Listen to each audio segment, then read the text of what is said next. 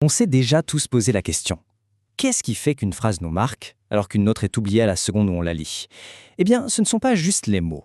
Ce sont des outils, des techniques qui peuvent transformer une expression toute simple en quelque chose de puissant, de persuasif. Alors c'est parti, on va décortiquer ensemble les secrets qui rendent un texte mémorable.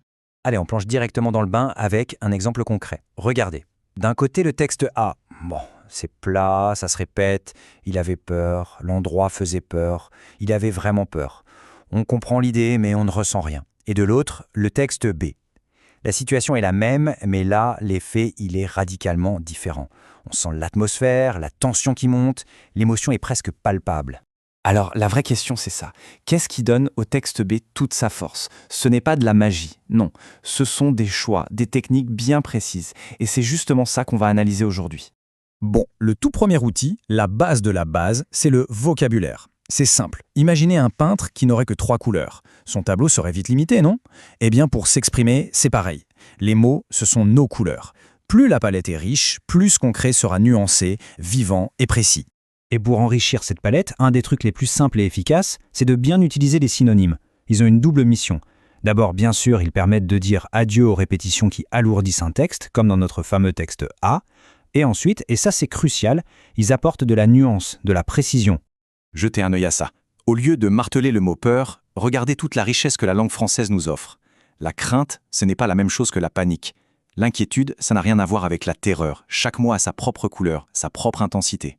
Mais attention, il y a une règle d'or, hein. On ne peut pas juste piocher un synonyme au hasard dans le dictionnaire. Non, chaque mot est un choix délibéré. C'est un outil de précision qui doit correspondre exactement à l'émotion ou à l'idée qu'on veut transmettre. C'est ce qu'on pourrait appeler une échelle d'intensité. Passer de inquiet à effrayé puis à terrorisé, ce n'est pas juste changer de mots pour faire joli. C'est faire monter la puissance et la tension du récit, mais de manière totalement contrôlée et efficace. Allez, on passe au niveau supérieur. Maintenant qu'on a les bons mots, comment on fait pour qu'ils jouent dans la même équipe, pour qu'ils construisent une ambiance cohérente? La réponse, c'est le champ lexical. Le champ lexical, en gros, c'est une collection de mots qui tournent tous autour du même sujet, du même thème.